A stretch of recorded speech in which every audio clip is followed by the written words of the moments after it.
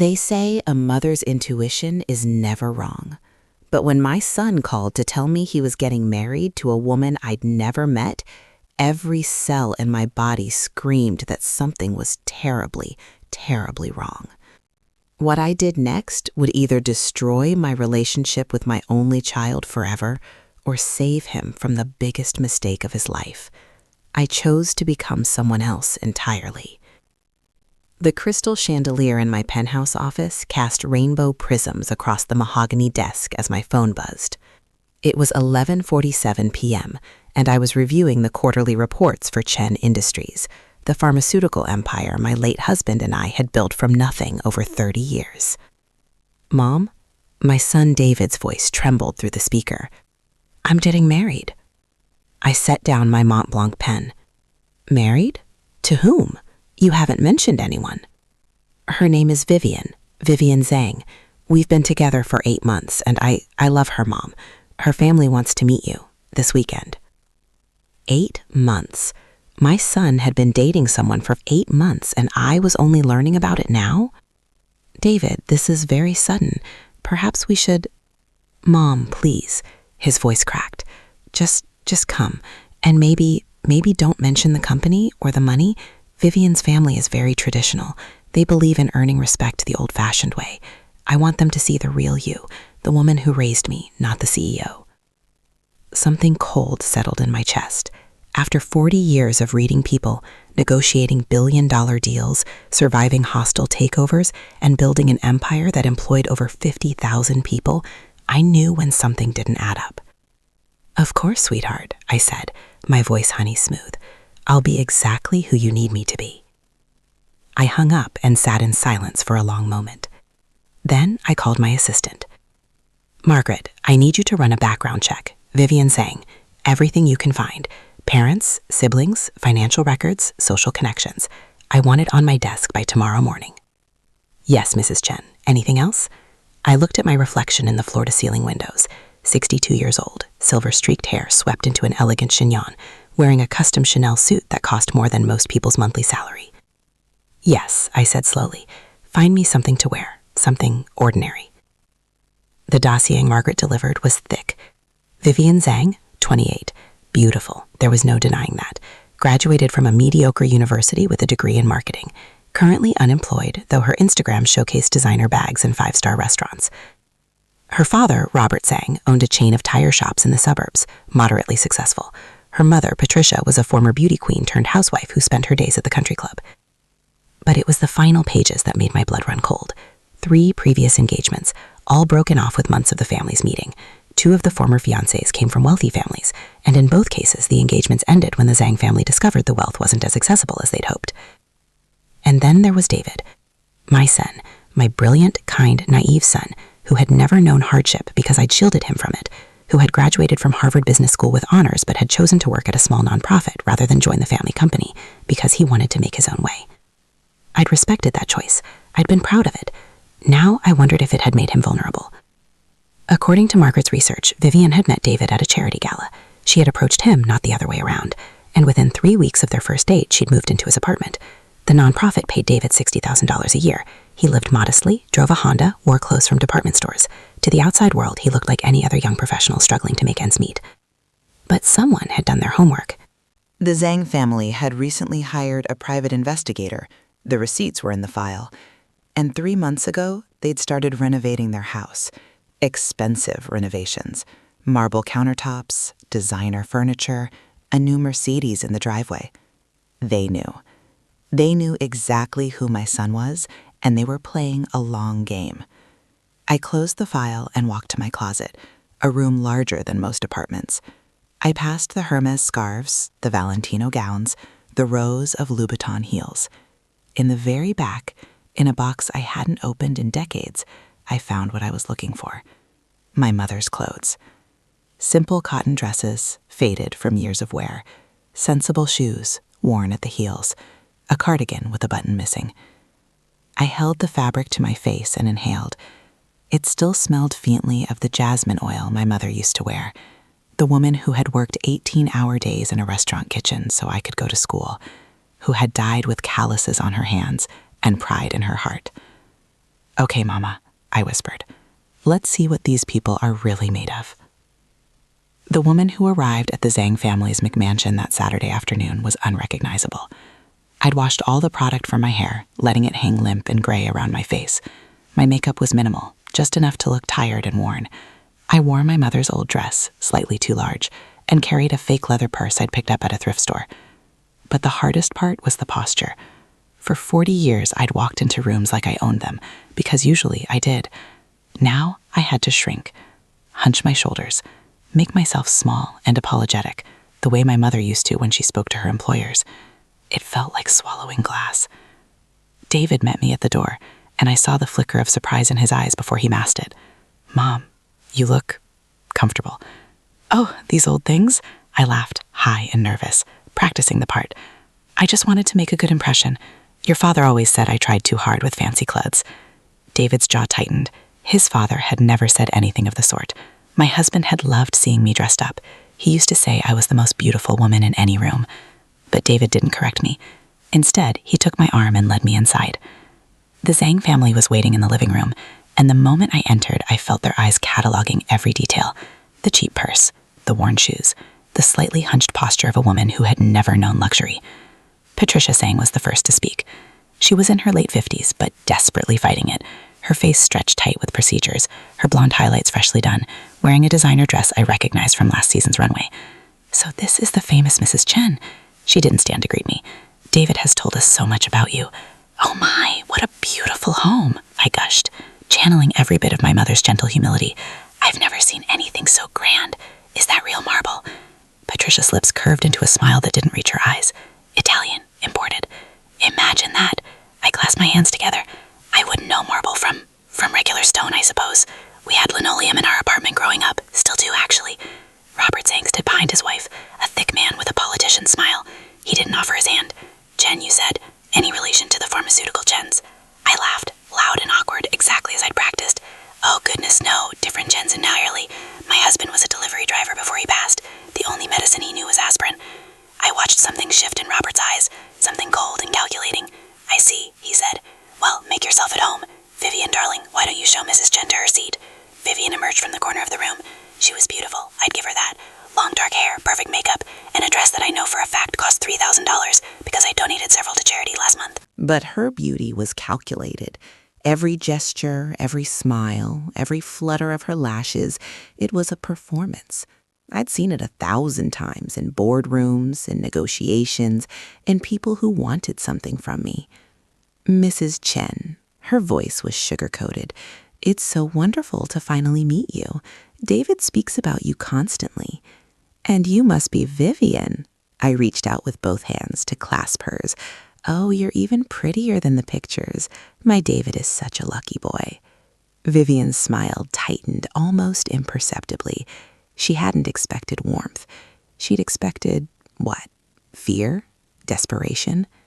Come, sit, Patricia commanded, gesturing to a chair in the corner, the worst seat in the room. Vivian, get Mrs. Chen some water. The tap water is fine. I shuffled to my seat, trying not to notice how David's face had fallen. The dining table was set for a king. Crystal glasses, silver flatware, bone china plates. But there was only one wine glass conspicuously absent, and I was seated at the end of the table, far from the conversation. So, Mrs. Chen, Patricia began once we were settled, what is it you do for work? I dabbed at my mouth with my napkin. Cloth, I noted, but cheap polyester, trying to look like linen. Oh, I'm retired now. I used to work at a factory, assembly line mostly. 40 years of putting little pieces into big machines. A factory. Patricia exchanged a glance with her husband. How industrious. It was honest work? I smiled sweetly. My husband and I, we never had much, but we made do. David was such a bright boy. He got scholarships, you know. We never could have afforded university otherwise. This was true, technically. David had received scholarships, academic ones, for his outstanding grades. What I didn't mention was that I'd anonymously funded several scholarship programs at his school, just in case. Robert cleared his throat. David mentioned he works at a nonprofit, some sort of environmental thing. Wildlife conservation, David said, and I heard the pride in his voice. "We're working on protecting endangered species in Southeast Asia." "Noble work."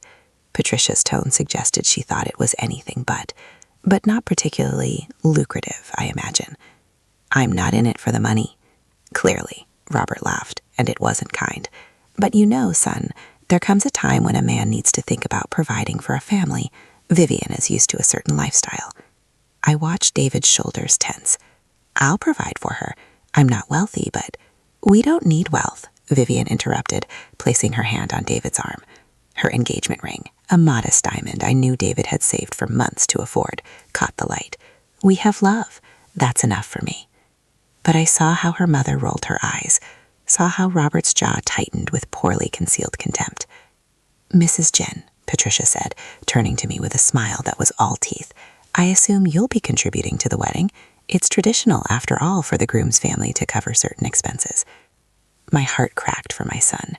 He looked down at his plate, shame coloring his cheeks. "I'll do what I can," I said meekly. "I have a little saved up. Maybe enough for some flowers. Nothing fancy, of course.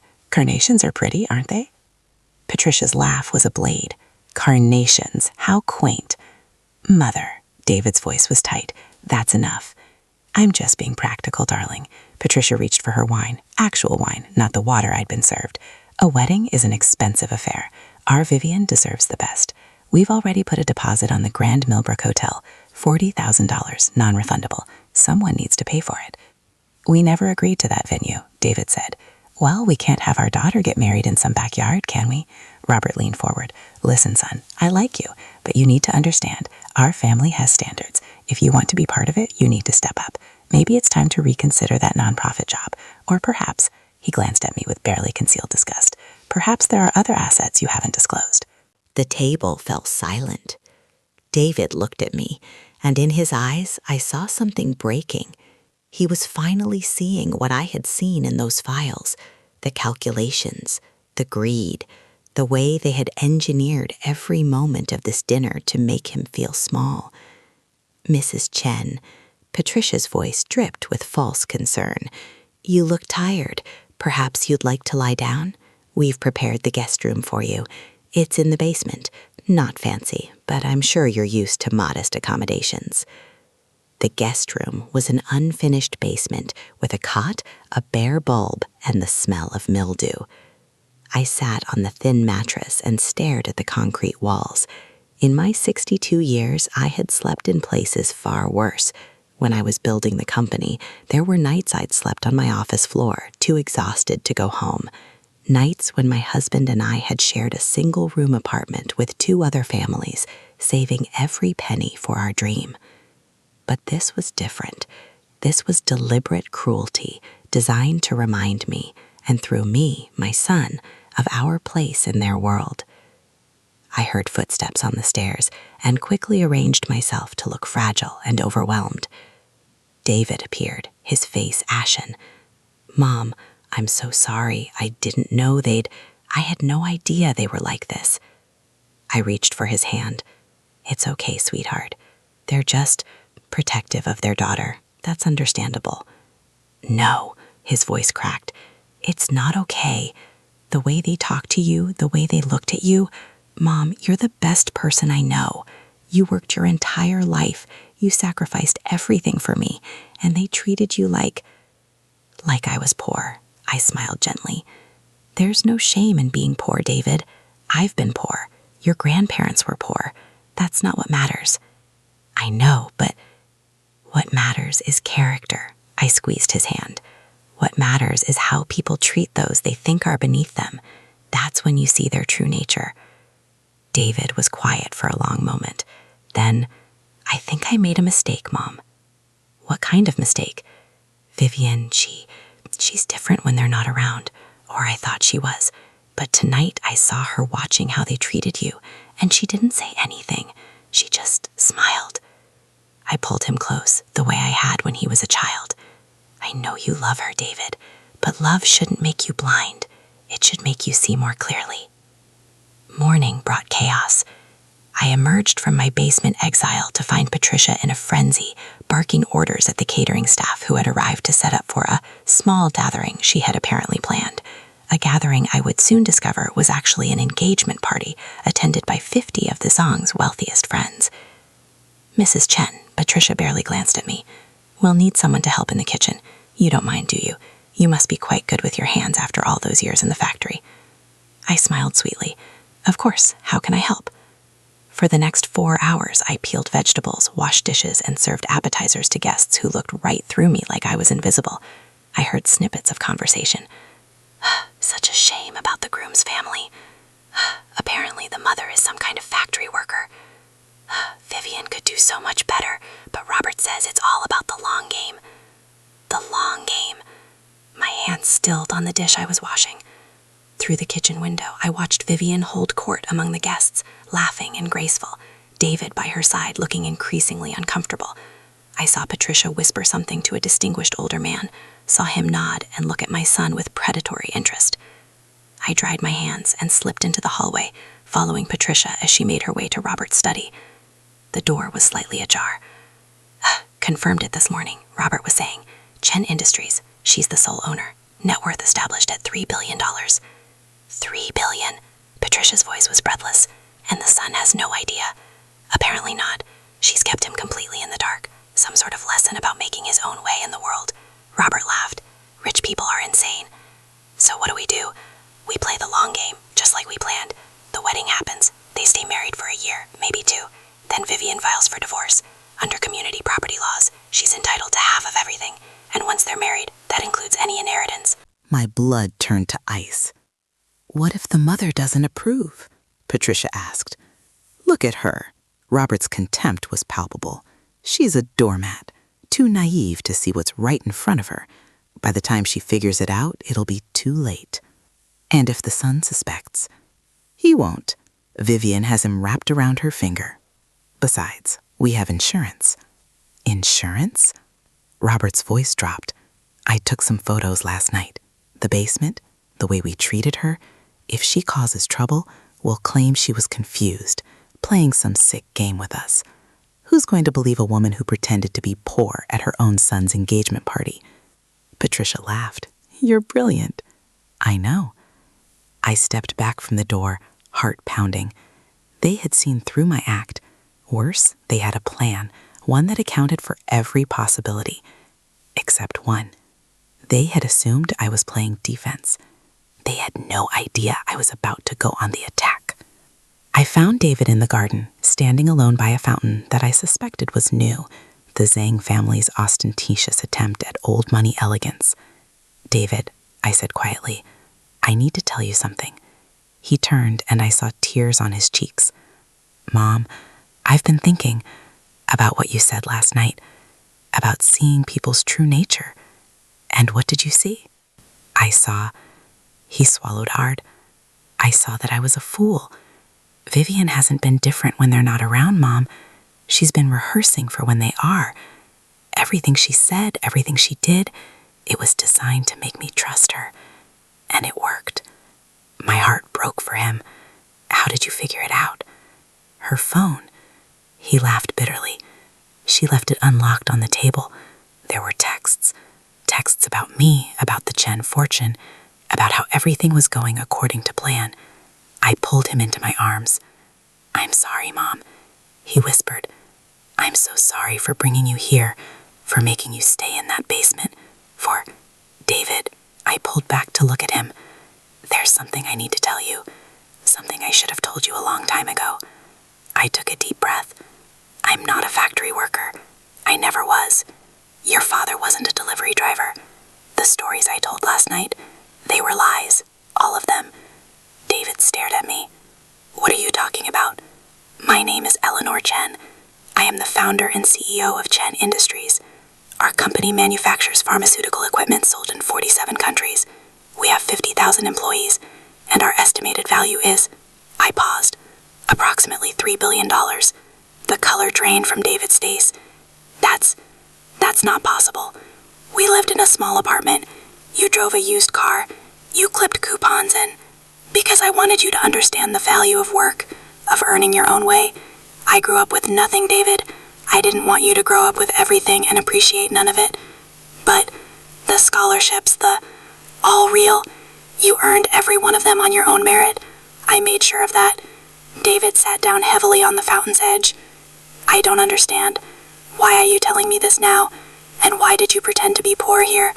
I sat beside him because I wanted to see who these people really were. And now we both know. They're monsters. They're worse than monsters, David. They know exactly who I am. They've known for months. And they have a plan to marry you, divorce you, and take half of everything. David's face went from pale to red with fury. What? I heard them just now in Robert's study. They have photos, a strategy, contingencies for every scenario. I paused. Except this one. What do we do? I stood and brushed off my mother's old dress. We give them exactly what they want. The engagement party was in full swing when I emerged from the kitchen, apron still tied around my waist. Patricia spotted me immediately. Mrs. Chen, what are you doing? The champagne glasses need to be. Patricia, my voice cut through the ambient chatter like a blade. Conversations faltered, heads turned. I think we need to talk about the wedding arrangements. Patricia's smile became strained. Of course, perhaps somewhere private. No, I think this is the perfect place. All your friends are here, after all. They should hear what I have to say. I saw Robert push through the crowd, his face darkening. Vivian clutched David's arm, her eyes wide with confusion. Mrs. Chen, Robert said, his voice low and dangerous, perhaps you should sit down. You seem confused. On the contrary, I've never seen more clearly. I untied my apron slowly, deliberately. You see, I've been playing a game these past 2 days, pretending to be something I'm not. I believe you're familiar with the concept. Patricia laughed nervously. I don't know what you're talking about. Don't you? I reached into my pocket and pulled out my phone. I have a wonderful assistant named Margaret, very thorough. She sent me some interesting documents this morning. I held up the phone, showing the screen to the assembled guests. This is a receipt for a private investigator hired by you, Robert, 3 months ago. And this, I swiped to the next image, is the report he delivered, all about me, my company, and my son's potential inheritance. The murmuring among the guests grew louder.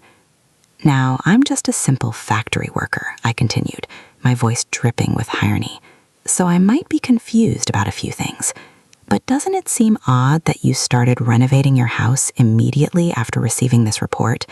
That you encouraged your daughter to pursue a relationship with my son after learning he was heir to a billion-dollar fortune? Vivian's grip on David's arm tightened. David, she's lying. I love you. I never... Oh, Vivian, I smiled at her, and it wasn't kind. Let's not pretend anymore. I heard your parents just now in the study. Every word, including the part about the divorce, the community property laws, and the long game. The room went silent. Robert stepped forward, his face twisted with rage. You have no proof. It's your word against ours.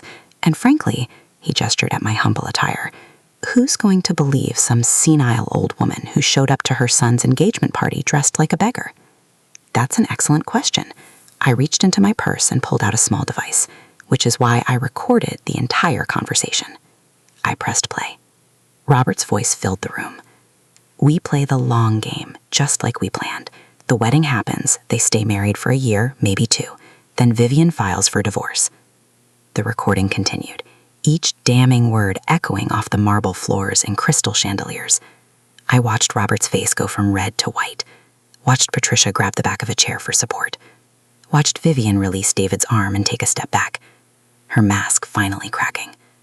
When it ended, no one spoke. Now, I believe some introductions are in order. My name is Eleanor Chen. I am the founder and CEO of Chen Industries, and I did not come here to be insulted, dismissed, and relegated to a basement like some unwanted houseguest. I walked slowly through the crowd, which parted before me like the Red Sea. What I found, I stopped in front of Robert and Patricia, was a nest of vipers wearing designer clothing and fake smiles. Patricia's voice was a whisper. We didn't mean... Save it. I turned to face the guests. Ladies and gentlemen, I apologize for the disruption, but I thought you should know exactly who your hosts are before you continue enjoying their hospitality. The champagne, by the way, is excellent. It should be. It's the same vintage I serve at my corporate events. I imagine Robert was quite pleased to find it at the discount store where I saw him shopping last week. A ripple of shocked laughter moved through the crowd. I walked to David and took his hand. Come, sweetheart. It's time to go. We didn't speak until we were in the car. My actual car, the Bentley that had been waiting around the corner, driven by my longtime chauffeur, Marcus. Mom, David's voice was hollow. I don't know what to say. You don't need to say anything. I thought I knew you. I thought I knew everything about you, but I didn't know any of this. I took his hand. You knew what mattered. You knew that I loved you, that I would do anything for you. That hasn't changed. But why? Why hide it all these years? I was quiet for a moment, watching the suburbs give way to the city skyline. When your father died, you were 15, already showing signs of becoming a remarkable young man. I could have told you then, handed you everything on a silver platter, but I watched what that did to other families, children who never worked for anything, who saw people as either useful or worthless, who measured their worth in dollars. You didn't want me to become like them. I wanted you to become like my mother. I touched my mother's old cardigan. A woman who worked 18-hour days and never complained, who treated a janitor with the same respect as a judge, who died with nothing in her bank account, but everything in her heart. David was crying now, silent tears streaming down his face. I'm sorry, Mom, for everything, for not trusting you, for bringing Vivian into our lives, for... Stop. I wiped his tears with my thumb, the way I had when he was a little boy. You fell in love. There's no shame in that. The shame belongs to those who exploited that love. What happens now? I smiled. Now? Now we go home, and tomorrow we begin the next chapter. 3 months later, I stood at the floor-to-ceiling windows of my penthouse office, watching the city lights flicker to life below. The Zhang family was ruined. Not by me, at least not directly, but the recording from that night had found its way to social media, then to local news, then to national news. The story of wealthy social climbers who had schemed to steal a fortune went viral. Robert's business partners abandoned him, Patricia's country club revoked her membership, and Vivian, poor scheming Vivian, became a cautionary tale told at dinner parties across the country. I had considered destroying them financially. It would have been easy. A few phone calls, a few strategic moves, and their tire shop empire would have crumbled. But in the end, I decided that the world was doing a fine job of dispensing justice without my help. Besides, I had more important things to focus on. The door to my office opened and David walked in, wearing a suit for the first time in years. Well, I asked, how was your first day? He laughed.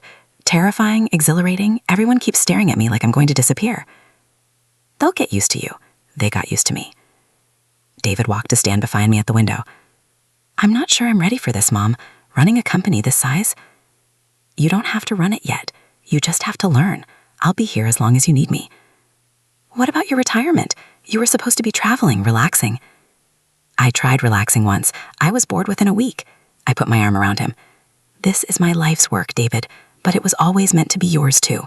I just wanted you to come to it on your own terms. He was quiet for a moment. Then, Mom, can I ask you something? Anything. That night at the Zhang's house, when you were pretending to be poor and naive, was any of it real or were you acting the whole time? I considered the question carefully. The acting was real, but so was the emotion. When I wore my mother's old dress, I felt her with me. When they treated me with contempt, I felt the same humiliation she must have felt 1,000 times in her life. And when I saw them try to do to you what countless people have tried to do to me over the years, what did you feel? I smiled, and it wasn't gentle. I felt like my mother's daughter, a woman who knew how to fight, who knew how to win, and who never, ever forgot where she came from. David held me tight. I love you, Mom. I love you too, sweetheart. Now, I pulled back and straightened his tie. Let's get back to work. We have an empire to run. The wedding was beautiful. Not David's wedding. That would come later, to a wonderful woman he'd met at a conference on environmental conservation, a woman who loved him for who he was, not for what he could give her. No, this wedding was mine. I stood in a garden filled with white roses, wearing a simple cream-colored dress. Nothing designer, just something that made me feel like myself. Before me stood a man I'd met 30 years ago at a business conference in Singapore, a man who had made me laugh when I'd forgotten how, who had become my closest friend, and eventually something more. His name was James, and he had proposed 6 months ago, on a Tuesday, over burnt toast and terrible coffee in my kitchen. "I've loved you for 30 years, he'd said. I figured it was time to do something about it. Now, as we exchanged vows in front of our closest friends and family, I thought about all the games people play, the masks we wear, the lies we tell. And I thought about the truth beneath all of it, that love, real love, isn't about what you have or what you can give. It's about who you become when you're with someone, who you want to be for them." "I do," James said. "I do," I echoed. And when he kissed me, I heard my mother's voice in my heart, as clear as if she were standing beside me. "Well done, my daughter. Well done." They say a mother's intuition is never wrong. Looking back on that weekend at the Zhang's house, the basement room, the cruel comments, the elaborate scheme, I know that my intuition saved my son, but it also taught me something I hadn't expected. It taught me that strength doesn't always look like power. Sometimes it looks like humility, like patience, like wearing your dead mother's old dress and allowing yourself to be underestimated. Because the people who underestimate you always reveal themselves eventually, and when they do, you'll be ready. I was, and I always will be.